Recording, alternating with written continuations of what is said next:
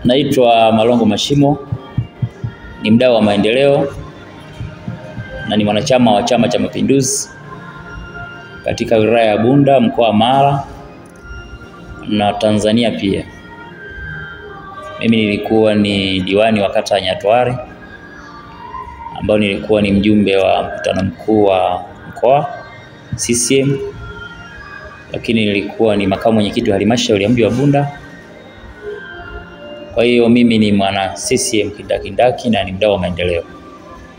Kwa sasa naishi kata ya Nyamakokoto ambayo iko halmashauri ya mji wa Bunda.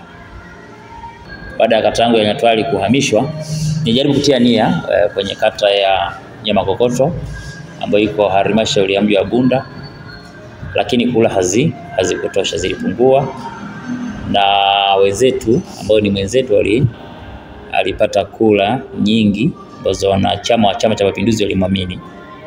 Kwa hiyo tukasema sio mbaya, kwa sababu ndo taratibu wa chama chetu. Mnapogombea wengi, mmoja atapata nafasi. Akishapata nafasi mwenzako, basi mnamuunga mkono ili kusukuma gurudumu. Lengo ni wananchi wapate maendeleo ya wanayohitaji na wanayotegemea sana kwa hiyo kiongozi. Kwa sisi tunamuunga mkono na tutampa kampani ya kutosha ili kufikisha yale ambayo yeye ameyapurania kwenye kichwa na ambaye anataraji kwamba wana Nyamakokoto wanaweza wakayapata. Nimesoma ile ilani ya Chama cha Mapinduzi. Nimeisoma hasa ile ya mkoa, nilijaribu kuipitia, nikaona kuna maeneo ambayo kabisa yani Chama cha Mapinduzi kimelenga wananchi wapate mafanikio. Na nadhani yakisimamiwa, na na imani watasimamia vizuri Chama cha Mapinduzi, hasa viongozi ambao wataingia madarakani. Lakini ule kwenye ukisema ilani ya 2025 2030 imechukua yale ambayo imebakisha, inaenda kukamilisha, lakini na kuanzisha mambo mengine. Kwa hiyo mimi ninavyoona mambo yanaenda sawa sawa. Kwa hiyo tunawatakia tu kila la heri wale ambao wanaingia madarakani kufanya mambo yale. Nilikuwa naangalia kwenye ilani hii ambayo wametohoa kutoka kwenye ilani kubwa ambayo ina kurasa 73 ya mwaka 2025 2030 ambao wametohoa sasa kila mkoa. Nadhani kipindi hiki kimekuja kisayansi zaidi. Wameona kila sehemu ambayo inahitajika, kila sehemu ina mahitaji yake na kila sehemu ina malighafi fulani ambao wakiitumia hii watafikia hapa. Lakini kuna yale mahitaji ya taifa zima, hasa kwa vijana, wamama, wazee na makundi maalum. Kila kitu tumeona.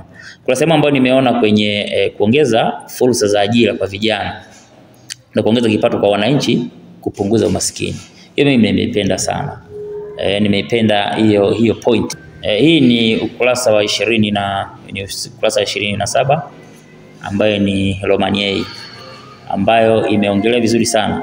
Imesema kuhamasisha uanzishwaji wa makampuni ya vijana na vyama vya ushirika. Vyama vya ushirika ambavyo ni kuweka na kukopa SACCOS yenye kujiendesha kibiashara.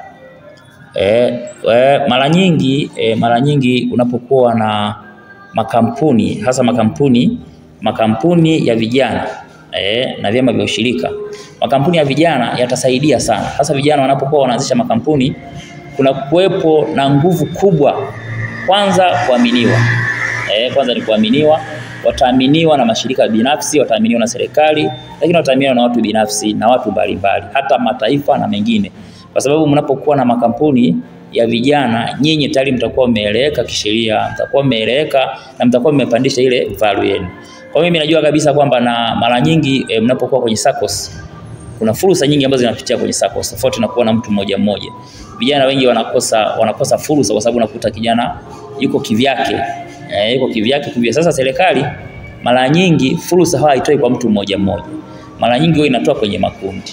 Na nimeona hiyo na kwenye SACCOS kama tunavyojua inaanzia watu zaidi ya 10 na kuendelea zaidi ya watu 100, 200, na hata taasisi za fedha zinapokuwa na SACCOS. Kwa hiyo tayari wale vijana wataaminiwa. Kwa mfano mara nyingi vijana wanashindwa kuaminiwa na taasisi za fedha kwa maana kwamba hawana ile collateral nini dhamana, kwa sababu hawana mashamba, hawana nini, hawana nyumba, wengi wametoka vyuo, kwa hiyo wanakuta hawana zile dhamana. Sasa kama wakijiunga hapa kwenye makampuni, na ile makampuni tayari inawawezesha wanakuwa na zile SACCOS, kwa sababu makampuni yataanzisha vyama vya ushirika hivyo tayari ambao vinakuwepo hizo SACCOS watapata fedha na wataanzisha miradi ambayo ni kwa kibiashara zaidi na kwa kupata mapato zaidi.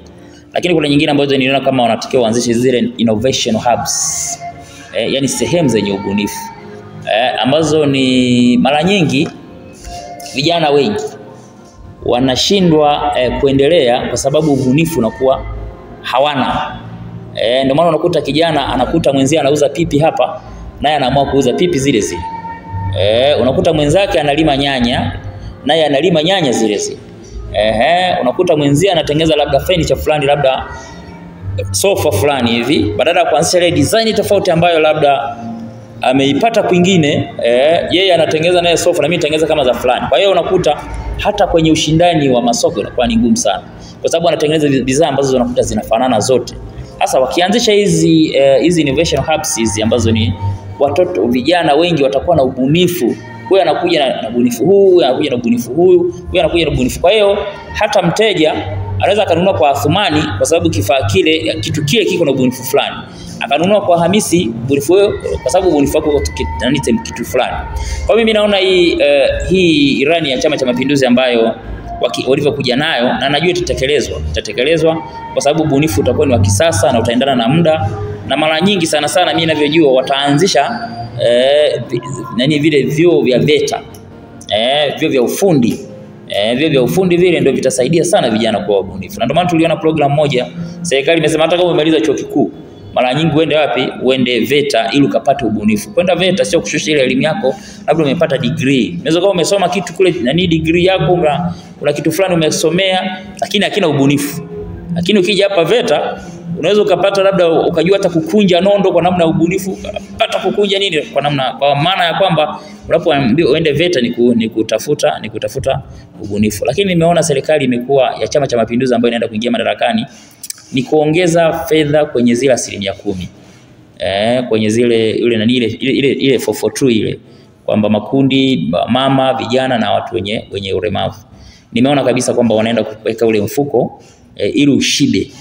Kwa mfano mwanzo kabisa walikuwa wanatoa zaidi ya bilioni 5.1 ambazo zilikuwa zinatembea karibia nchi kwenye mkoa wetu huu. Lakini sasa wanaenda kutoka kwenye bilioni 5 mpaka bilioni 9 katika mkoa huu. Kwa hiyo tutakuwa na vijana wengi ambao na wamama wengi na watu wenye ulemavu wengi ambao watakuwa wamepata mitaji. Kwa sababu mara nyingi watu wanasumbuka sana na mitaji. Nimeona hiyo imewekwa vizuri, na kutoka hii bilioni 5 mpaka bilioni 7 mpaka bilioni 7 itaongeza hata idadi ya wanufaika. Mwanzo walikuwa tunapata tu wanufaika 3000, lakini kwa sasa wataenda mpaka wanufaika 9500, ambao sasa hawa itadabo mara 3. Kwa hiyo tayari tutakuwa na vijana ambao wana mitaji, wamepata ubunifu mwanzo, wameshakuwa na mitaji. Kwa hiyo kikubwa ni kuwa sasa na ule mnyororo wa thamani. Nadhani watafundishwa na mambo ya mnyororo wa thamani, na kwenye ubunifu kwa tutajua, na watazalisha sasa bidhaa ambazo ni bora kwa sababu watakuwa na mitaji. Na mimi nimependa hii kwa sababu watu wataanzishwa kwanza kwenye kupata elimu za ubunifu, kujifunza vitu vya kufanya. Na ndio maana unaona mara nyingi vijana hata serikali ilikuwa na ule mpango ambao umepita 2025, ile BBT ile ambayo ilianzishwa na Wizara ya Kilimo ile, tengeneza kesho yako iliyo nzuri, yani si build better tomorrow, ilikuwa imetengenezwa. Tumeona watu wengine wamenufaika, vijana wengine na vijana mara nyingi sisi tuna shida zetu vijana, tunakuwa sio wavumilivu, lakini mimi naona hii Irani inaenda kunusuru na kufanya mambo mengine. Lakini kitu ambacho nimekiona hiki cha kuongeza program za kujenga ujuzi kwa vijana ili kuwezesha vijana kupata ujuzi, kujiajiri na kuajiri watu wengine. Hiyo nimeifurahia sana. Kwa sababu kijana, nadhani nilisema mwanzo, lakini vijana mara nyingi unapotengeneza kitu ukaanza kuzalisha, utajiri na wenzako. Kwa hiyo mimi nafikiri kwamba serikali imejipanga vizuri. Mimi kwenye mambo hayo nimeyaona.